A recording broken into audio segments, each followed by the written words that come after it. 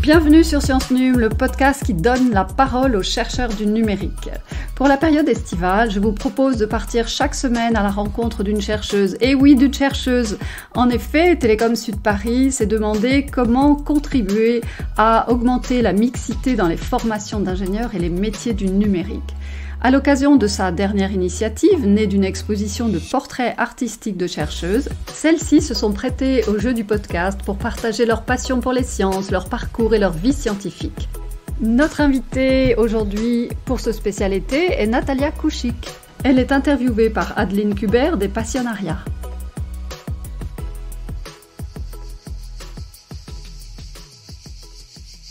Bonjour Natalia, merci beaucoup d'avoir accepté cette invitation ce matin. Merci, bonjour, merci à vous. Natalia, est-ce que vous seriez d'accord pour une confidence? Quel métier vouliez-vous exercer quand vous étiez enfant? C'est une très bonne question déjà pour commencer. Je voulais être présidente. Waouh! Quelle ambition! Oui, je me voyais présidente, voilà. Je voulais changer plein de choses dans le monde entier, voilà, donc quand j'étais vraiment petite. Et en fait, ma grande sœur, elle plaisante autour de, voilà, cette idée jusqu'à maintenant. Elle me dit, mais alors, qu'attends-tu? Voilà. Non, mais donc ça, c'était vraiment, j'étais petite. Et voilà, c'était au début. Après, déjà à l'école, j'ai bien aimé les mathématiques. Et pour moi, c'était quasiment sûr que voilà, ma carrière sera liée à cela. Après, je me suis mise... Enfin, c'était le sport, c'était la musique, donc je me voyais une voleuse professionnelle à un moment. Mais bon, je suis revenue sur la bonne voie, on dirait, enfin.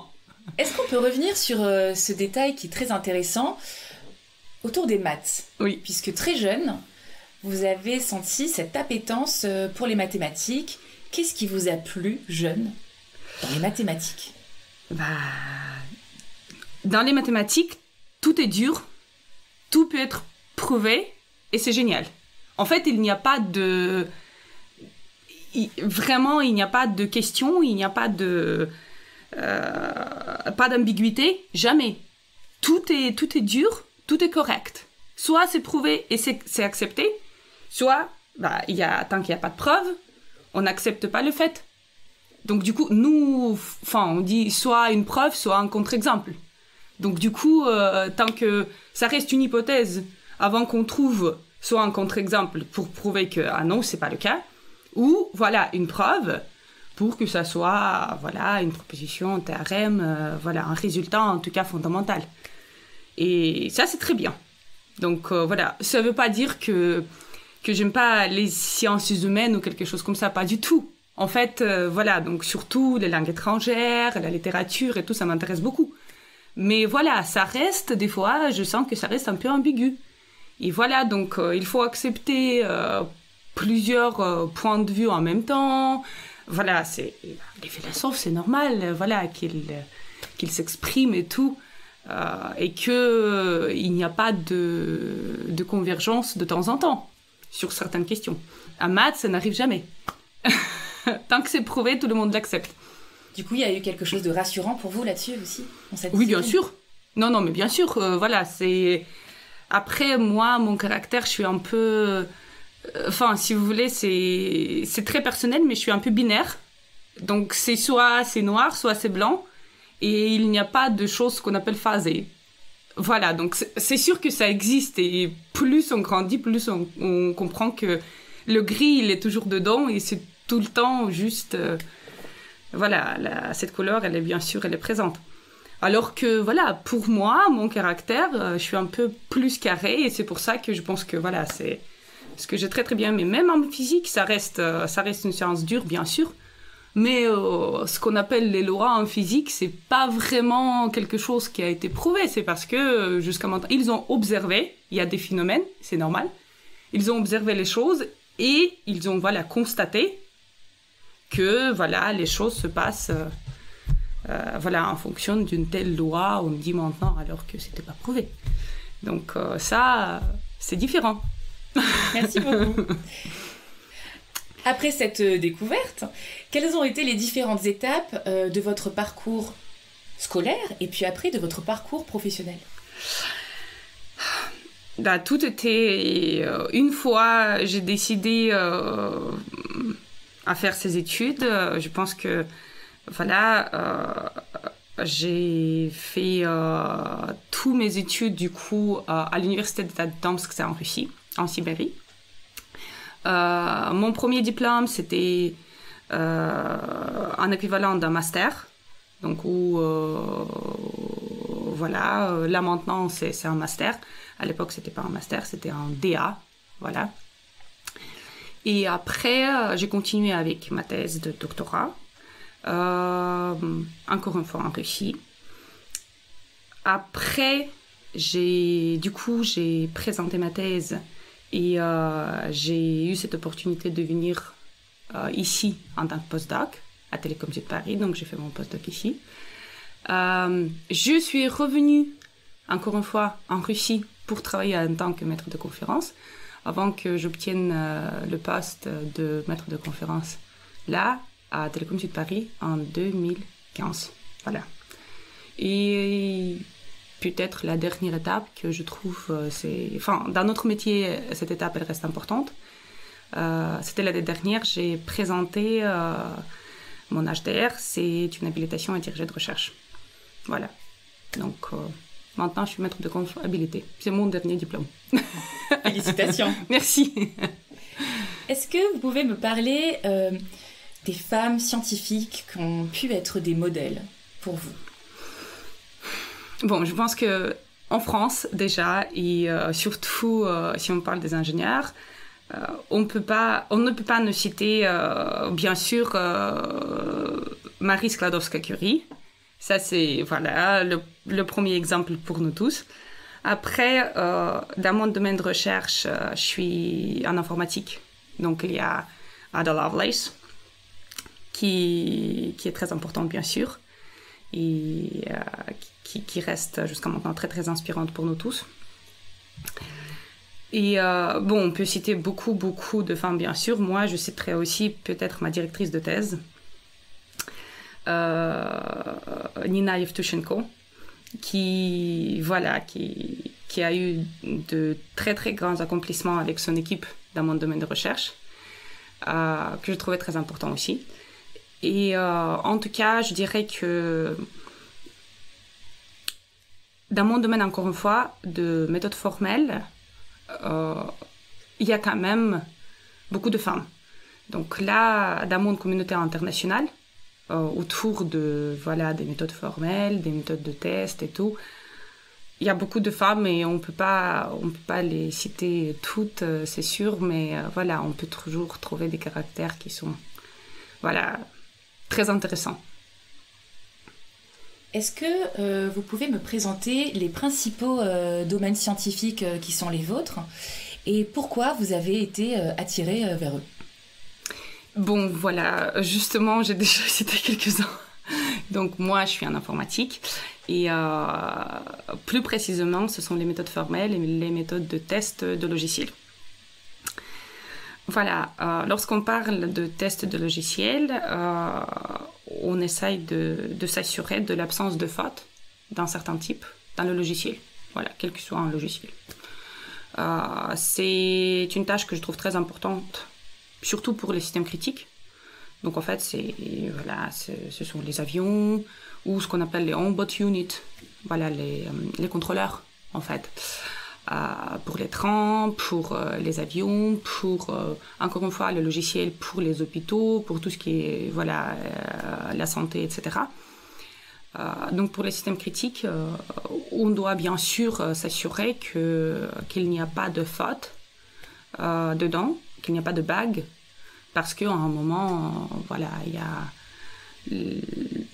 ça peut avoir vraiment un impact grave sur la vie, sur la population, surtout, voilà. Et donc c'est là où on utilise les méthodes formelles justement pour voilà, pour prouver qu'il n'y a pas de faute. Encore une fois, d'un certain type, parce que on peut pas juste se dire que voilà, ce logiciel, il a été bien certifié. Donc il y a toujours des critères, voilà, jusqu'à quel niveau, etc. Donc nous, on travaille sur la partie de modélisation plutôt, et on travaille sur les modèles formels et les méthodes de test et de validation à base des modèles, en fait basés sur des modèles, pour voilà, générer ce qu'on appelle les séquences de test qui puissent être appliquées derrière, voilà, et les réponses et les observations nous donnent des indications s'il faut corriger quelque chose, ou on peut déjà mettre en œuvre un tel logiciel. Un métier rassurant, alors au final, encore. On dirait. Oui, c'est ça ce qui est bien, c'est que ça reste, voilà, ça reste dur. Bien sûr. Complexe, Oui. mais pour une finalité à assurer, à Oui. réassurer, Tout à fait. à protéger presque. Bien sûr, oui, tout à fait. Qu'est-ce que vous préférez dans votre métier? Qu'est-ce qui vous met en joie quand vous commencez votre semaine? Moi, je suis enseignante-chercheuse, donc il y a quand même deux parties. Il y a la partie recherche et il y a aussi la partie enseignement. Et je vais commencer peut-être par la recherche d'abord. Je pense que là, la première chose qu'on peut citer, c'est toujours la liberté. Et des fois, en fait, quand on parle à des collègues et tout, et on nous pose la question, mais qu'est-ce que vous, les chercheurs, vous faites? Vous cherchez quoi? Et la première fois que j'ai entendu cette question, j'étais un peu... ça veut pas dire que j'étais stressée, mais j'avais pas les réponses tout de suite. Donc, je pense que, voilà, cette liberté, elle nous permet justement des fois, de chercher les problèmes, après de chercher les solutions. Parfois, on les trouve, parfois, on ne les trouve pas, c'est normal. Et donc, en fait, on a quand même cette opportunité de travailler sur les choses qui nous plaisent. Voilà, ce sont nos problèmes, ce sont nos modèles, ce sont nos méthodes. Et ça, c'est... On appelle ça un hobby payé, parce que, voilà, on fait ce qu'on veut et on nous paye un peu, voilà. Et il y a un salaire qui va derrière, et des fois, tu te dis... Un métier passion. Voilà, comme les artistes. Oui, ça c'est bien sûr, comme les artistes, c'est par vocation, je suis entièrement d'accord. Après, il y a aussi le côté enseignement, et il y a plein d'autres choses qui sont très, très, très agréables, en tout cas pour moi. Je pense que, voilà, cette opportunité de travailler avec les élèves, ça reste quand même une population très, très jeune, et des fois, on se dit, ça nous tire un peu, voilà, parce qu'il y a cette énergie qui se partage pendant le cours.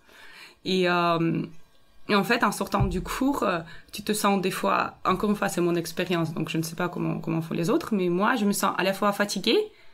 3 heures de cours, par exemple, c'est quand même, c'est une charge. Mais en même temps, on se sent très, très rechargé mentalement, parce que, voilà, il y a des échanges, il y a des nouveaux points de vue, il y a des questions qui sont complètement, des fois, inattendues, et c'est très, très... Enfin, c'est un défi, c'est un challenge à trouver de réponses. Donc, en fait, ça, c'est la deuxième chose. Et la troisième chose, si je peux me permettre, c'est aussi les... Enfin, je pense qu'on peut dire tout court les voyages, mais en réalité, c'est les missions, les échanges interculturels, les collègues qui viennent de tous les bouts du monde, avec leur mentalité différente, les origines différentes. Et moi, je trouve ça très, très enrichissant, non seulement parce que avec des échanges de tous les jours avec ses collègues, on découvre des nouveautés par rapport à notre domaine, mais aussi des nouveautés par rapport à les aspects culturels. Et y compris, voilà, les expériences gastronomiques et tout, je pense que c'est très, très important. Et en fait, quand j'essaie de motiver mes élèves à faire une thèse, je leur parle justement de la troisième partie. Je dis oui, mais vous savez qu'il y a peut-être les athlètes de haut niveau, il y a les artistes que vous aviez cités tout à l'heure. Et voilà, les scientifiques qui ont cette petite opportunité, voilà, de rester ce qu'on appelle... un homme du monde, une femme du monde, une icône Non, ça veut dire en fait, c'est qu'on n'a pas d'origine enfant. Et voilà, donc on devient... Ah, d'accord. Voilà, un peu, c'est un caractère international, en fait. Oui, universel, quelque chose d'universel. Oui, c'est ça. Et ça, c'est très intéressant aussi. En tout cas, pour moi. Voilà. Merci beaucoup. On va terminer avec les 2 dernières questions. Si vous deviez donner un conseil à une jeune femme qui souhaite devenir ingénieure, quel conseil lui donneriez-vous? Just do it. Non, mais je pense que voilà, il faut pas hésiter, il faut juste se lancer. Si tu as envie de le faire, essaye. S'il faut écouter personne, écoute personne. C'est normal parce que peut-être que ta famille ou ton entourage va te dire que c'est pas un métier pour une fille ou quelque chose comme ça, ce qu'on entend quand même de temps en temps. Alors que c'est ton choix et si ça te plaît, voilà, n'hésite pas. Après, il faut quand même savoir que ça peut être dur parce que voilà, donc tu vas peut-être pas dormir la nuit parce que voilà, il faut faire les devoirs. c'est normal. Et il faut pas avoir peur, il faut juste se lancer. Et il faut là maintenant il faut arrêter d'y penser, mais plutôt aller prendre l'ordinateur, ouvrir l'ordinateur et aller commencer les premières étapes, coder un petit truc, voilà, écrire son premier programme, se lancer. Voilà, donc tout de suite. Très bien. Dès le début. Très bien. Dernière question, si vous aviez un blason, que représenterait-il et surtout quelle en serait la devise? Ça, c'est une question complexe. Moi, je dirais que je serais restée peut-être sur mon modèle de préférence pour dessiner ce blason. C'est un modèle d'une machine à état fini ou d'un automate. Voilà. Où il y a des états, voilà, en cercle. Et il y a des transitions entre les états qui sont labellisées par des actions. Où on appelle des fois ces actions input ou output, bon, peu importe. Et donc moi, je dirais qu'il y a toujours, en fait, dans les transitions, il y a toujours un état initial et il y a un deuxième état qui est un état final. Donc en fait, après avoir appliqué une action, on exécute cette transition et puis après on passe de l'état initial à l'état final. En fait, c'est ça ce que je fais dans mon domaine de recherche. J'étudie les modèles comme ça. Voilà. Et là, je dirais que voilà, moi, je vois plein de choses dans ma vie juste avec la même structure d'un automate, donc c'est pour ça peut-être. D'accord, un automate. Voilà, donc c'est un automate. Et je pense que voilà, c'est... Je dirais il y a 2 ou 3 transitions de l'état 1 à l'état 2. Donc en fait, le premier représentant le début de la carrière et le deuxième représentant en fait les enjeux et l'avenir. Donc ça c'est l'état final. Et moi je dirais, en tout cas dans cette ingénierie et encore une fois dans mon domaine de recherche, moi je dirais qu'on peut mettre plusieurs transitions. On peut mettre une transition du début à la fin labellisée par les efforts, labellisée par tout ce qui est dur, labellisée par, des fois la pleure, des fois des choses qui sont pas très encourageantes, alors qu'il y a aussi d'autres types de transitions qui sont labellisées par le fun. Voilà, et donc c'est juste pour dire que voilà, on peut arriver, soit en fait on peut finir dans le même état final. Soit si on exécute la transition labellisée par les efforts, soit par celui qui est labellisé par le fan. Et moi, je pense que voilà. Si c'est le bon choix, donc la plupart du temps, ça va être la deuxième transition. Très belle devise donc. Merci beaucoup Natalia pour vos partages et pour avoir accepté l'invitation à cette conversation. Merci beaucoup à vous. Merci à vous. Merci pour votre écoute. J'espère que la découverte de ce portrait sonore vous a plu. Il est issu de l'exposition La preuve par l'exemple de l'artiste Laura Bonnefou, produite par l'agence artistique Artwork in Promesse. C'était Science Num dans sa tenue estivale pour que tous nous encouragions les femmes à aller vers les sciences et les métiers du numérique. Je vous donne rendez-vous la semaine prochaine pour une nouvelle rencontre avec Nesma Oumani. À bientôt!